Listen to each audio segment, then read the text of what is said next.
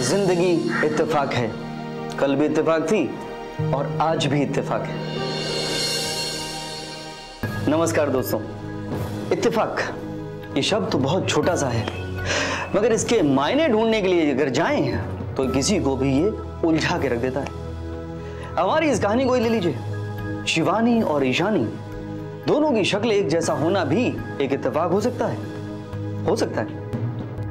लेकिन अगर ये इत्तेफाक ना हुआ तो वजह बहुत हो सकती है। लेकिन अगर दोनों की जिंदगी को कंपेयर किया जाए तो उसमें जमीन आसमान का फर्क है, क्योंकि एक तो अपना स्वर्ग भोग रही है और दूसरा नरक के दरवाजे पर खड़ी है।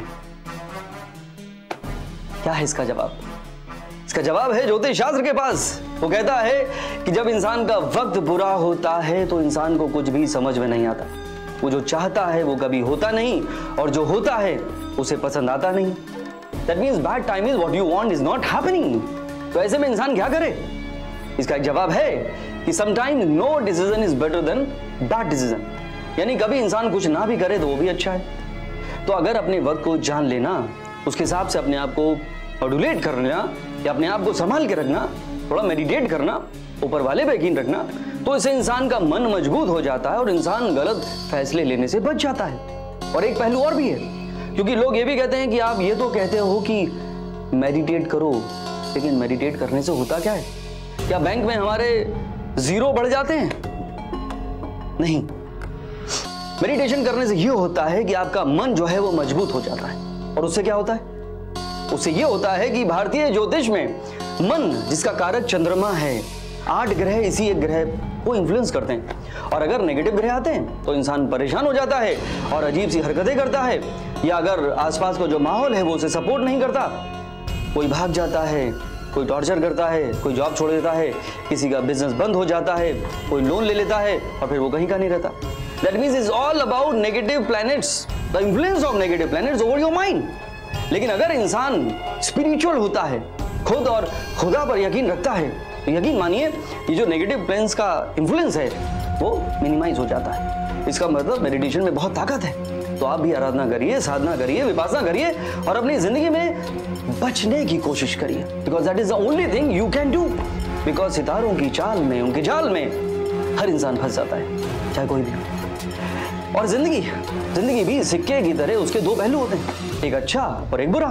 और हमारी कहानी में अगर देखा जाए तो शिवानी जो विक्रम की पत्नी है और ईशानी दोनों की जिंदगी अलग है।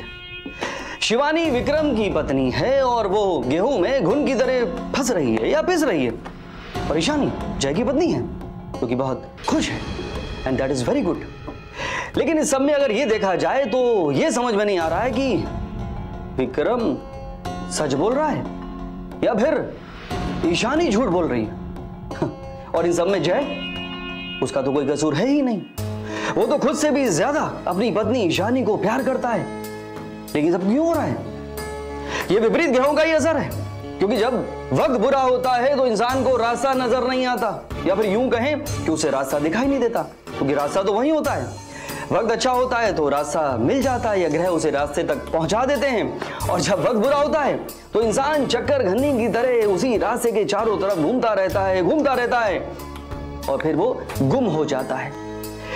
लेकिन यह भी कहा जाता है कि अगर तकदीर की जमीन पर इंसान मेहनत का बीज बोता है और अपने पसीने से उसे सींचता है तो सफलता की पैदाइश या उसकी जो प्रोडक्ट है वो मिलता जरूर है। तो इसका मतलब ये भी नहीं है कि इंसान अच्छे वक्त के इंतजार में हाथ पर हाथ धरा बैठा रहे, यानी कोशिश करना इंसान का फर्ज है, उसका धर्म है। लेकिन ये बात ईशानी को समझाएगा।